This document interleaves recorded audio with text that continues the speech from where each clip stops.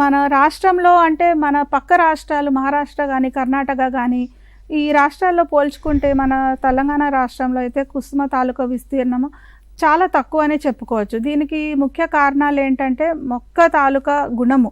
అంటే దానికి ముళ్ళుంటాయి.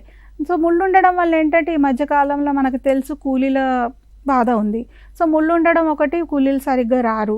సో ఇంకొకటేంటంటే మనకి ఈ కుసుమ కన్నా ఎక్కువ క్యాష్ క్రాప్స్ అంటే కాటన్ కానీ, లేకపోతే షుగర్ కేన్ కానీ, టొబాకో ఇటువంటి క్రాప్స్ వలన రైతుకు ఎక్కువ నికర ఆదాయం వస్తుంది. కుసుమ వలన వస్తుంది ఆదాయం, కానీ అదర్ క్యాష్ క్రాప్స్ ఎస్పెషల్లీ మనకి కాటను, కంది ఇట్లాంటివి వలన మనకి ఎక్కువ ఆదాయం రావడం. మొక్కజొన్న, ఈ మధ్యకాలంలో మొక్కజొన్న కూడా ఎక్కువ ప్రాచుర్యంలో రైతులు వేస్తున్నారు.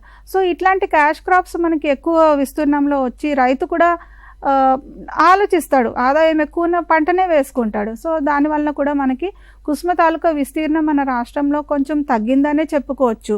సో దీనికి ముఖ్యంగా నేను చెప్పిన రకాలు ఏంటంటే మనము ముళ్ళున్న రకాలు మెయిన్ రీజన్, తర్వాత competition from other cash crops అని చెప్పొచ్చు.